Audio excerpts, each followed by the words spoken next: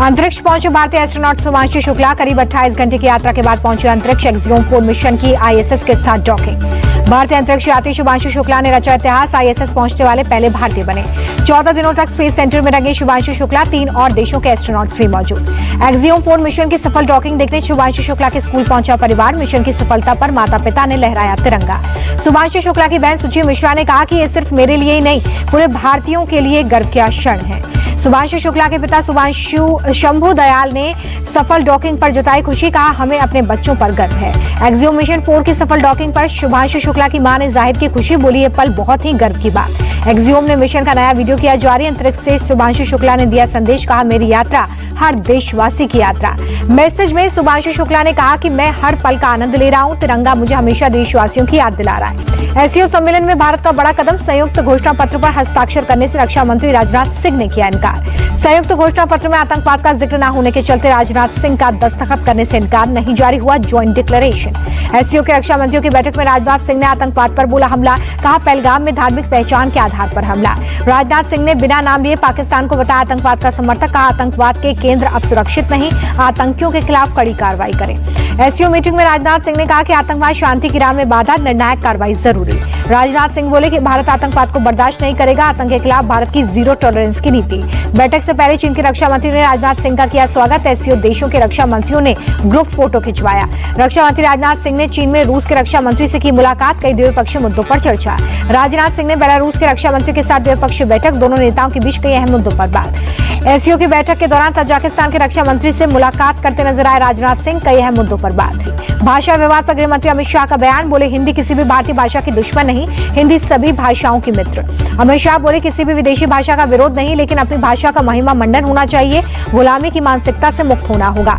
महाराष्ट्र में हिंदी भाषा को लेकर गरमाई सियासत। उद्धव ठाकरे ने 7 जुलाई को प्रदर्शन का ऐलान किया। उद्धव ठाकरे बोले, हम हिंदी के खिलाफ नहीं, महाराष्ट्र पर हिंदी थोपी नहीं जा सकती।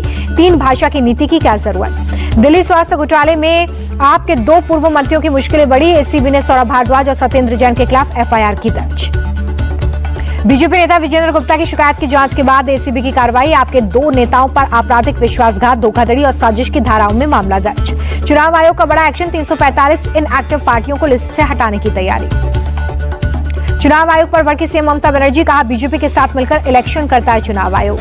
बिहार विधानसभा चुनाव की तैयारियां तेज। पटना पहुंची चुनाव आयोग की 9 सदस्यीय टीम। छात्र युवा संसद को तेजस्वी यादव ने किया संबोधित। कहा, बीजेपी ने अपना वादा पूरा नहीं किया। 19 लाख नौकरी देने की बात कही थी। बिहार चुनाव पर अखिलेश यादव का बड़ा बयान। कहा, बिहार में तेजस्वी यादव की मदद करेगी समाजवादी पार्टी। बीजेपी की हार तय।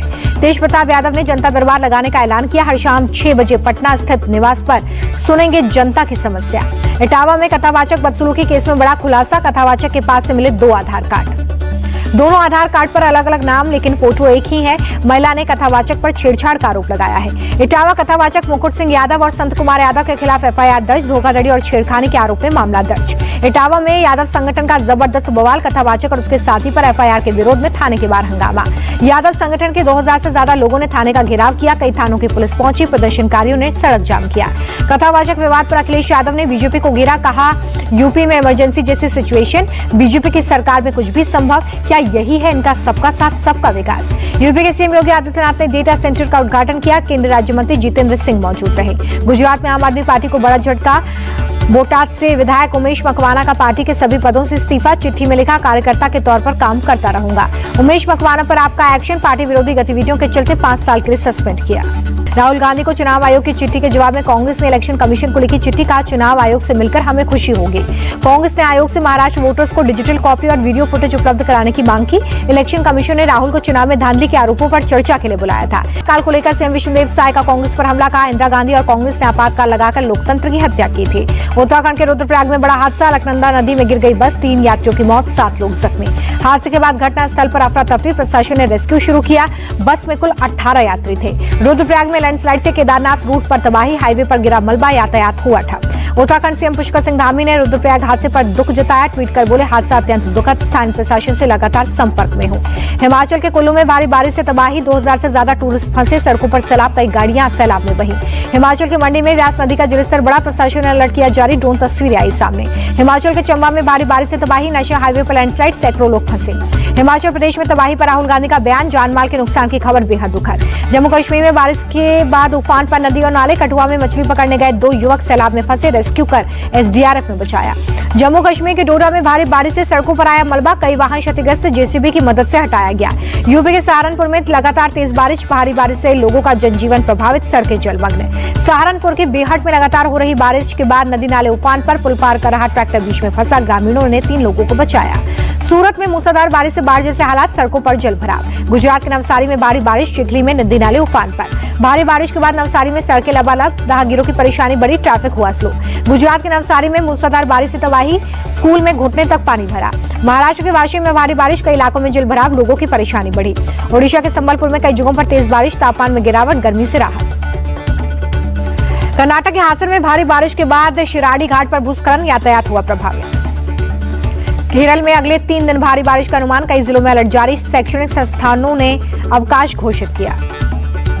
मलप्पुरम वायनाड में भारी बारिश का ऑरेंज अलर्ट, स्कूल कॉलेज बंद। त्रिशूर, कोझिकोड, कन्नूर, एर्नाकुलम में मौसम विभाग का येलो अलर्ट। केरल के तटीय क्षेत्रों में हाई टाइड की चेतावनी, प्रशासन ने लोगों से की सावधानी बरतने की अपील। HRIT यूनिवर्सिटी में तकनीकी शिक्षा के क्षेत्र में नए अध्याय की शुरुआत, IIT रोपड़ की अत्याधुनिक लैब का हुआ उद्घाटन। IIT रोपड़ के निदेशक प्रोफेसर राजीव आहूजा ने किया उद्घाटन। गाजियाबाद मेरठ रोड स्थित HRIT विश्वविद्यालय में सम्मान समारोह का आयोजन, विश्वविद्यालय के कुलाधिपति अनिल अग्रवाल ने अतिथियों को स्मृति चिन्ह देकर सम्मानित किया। लखनऊ आगरा एक्सप्रेस वे से नीचे गिरे तेज रफ्तार बस की तस्वीर आई सामने, 2 की मौत, 50 से ज्यादा लोग जख्मी। अमरनाथ यात्रा की तैयारियों पर LG मनोज सिन्हा का बयान, बोले लाइव ट्रैकिंग से हर यात्री पर रखी जाएगी नजर, स्वास्थ्य सेवाएं भी सुधारी गई हैं। रांची में नशीली दवाओं के दुरुपयोग और अवैध तस्करी के खिलाफ मैराथन का आयोजन, बड़ी संख्या में लोग शामिल। अमेरिकी डॉलर के मुकाबले ₹40 चढ़ा, $1 ₹85.68 पर रहा।